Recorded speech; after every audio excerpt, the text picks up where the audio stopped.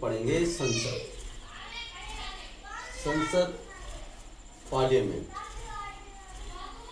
सबसे पहले आप देख रहे हैं संसद के जो अंग हैं, मैंने यहाँ लिखा है संसद के जो अंग हैं वो 3 हैं, राष्ट्रपति, लोकसभा और राज्यसभा। इसका तात्पर्य ये है कि संसद राष्ट्रपति, लोकसभा और राज्यसभा तीनों से मिलकर बनती है। ये तीनों ही संसद के अंग हैं, तीनों मिलकर संसद का निर्माण करते हैं। अब सबसे पहले हम ये जानेंगे कि संसद है क्या चीज़। संसद क्या है? संसद कुछ लोगों का समूह है, इसमें लोकसभा के सदस्य, राज्यसभा के सदस्य और स्वयं राष्ट्रपति शामिल होते हैं। तो संसद कुछ लोगों का समूह है जो या तो जनता के द्वारा चुन के आते हैं प्रत्यक्ष रूप से, या जनता के द्वारा अप्रत्यक्ष रूप से चुने जाते हैं। और ये संसद के जो लोग हैं, जो समूह है, ये लोग किसी भी विषय पर, किसी भी देश के लिए महत्वपूर्ण कानून पर, किसी भी विषय पर चर्चा करते हैं और चर्चा करने के बाद महत्वपूर्ण निर्णय लेते हैं। यही संसद, इसको हम संसद कहते हैं। इसमें 3 प्रकार के लोग शामिल होते हैं, पहले राष्ट्रपति, दूसरे लोकसभा के सदस्य और राज्यसभा के सदस्य। लोकसभा के सदस्य प्रत्यक्ष रूप से 5 वर्ष के लिए जनता के द्वारा चुनकर आते हैं और राज्यसभा के सदस्य 6 वर्ष के लिए अप्रत्यक्ष रूप से जनता के द्वारा चुनकर आते हैं। लोकसभा को निम्न सदन कहा जाता है और राज्यसभा को उच्च सदन कहा जाता है। अब निम्न सदन का मतलब ये नहीं है कि इसकी वैल्यू कम है, या उच्च सदन का मतलब ये नहीं है कि इसकी वैल्यू बहुत है। लोकसभा, राज्यसभा दोनों की ही जो वैल्यू है वो बराबर है।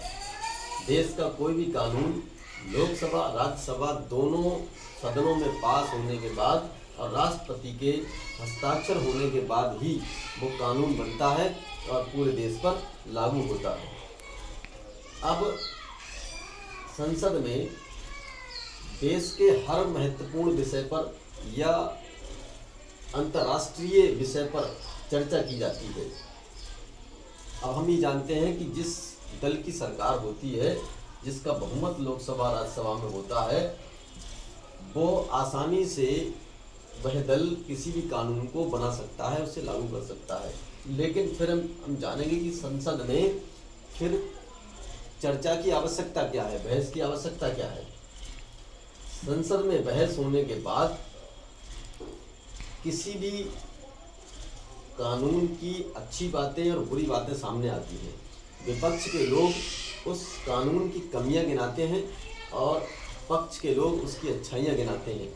और जब उसकी कमियां सामने आती हैं तो सत्ता पक्ष के जो लोग हैं वो उन कमियों को हटा देते हैं और एक साफ सुथरे कानून का निर्माण करते हैं।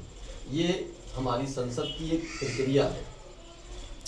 अब लोकसभा और राज्यसभा के बारे में और थोड़ी सी डिटेल जानते हैं। मैंने बताया कि लोकसभा राज्यसभा बराबर की हिस्सेदारी है। भले इसका नाम निम्न सदन है, दोनों में किसी भी कानून को पास होना आवश्यक है, तभी वो कानून बन सकता है।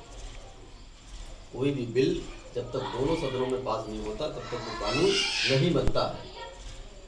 लेकिन कुछ विशेष अधिकार लोकसभा को दिए गए हैं। जैसे कभी कभी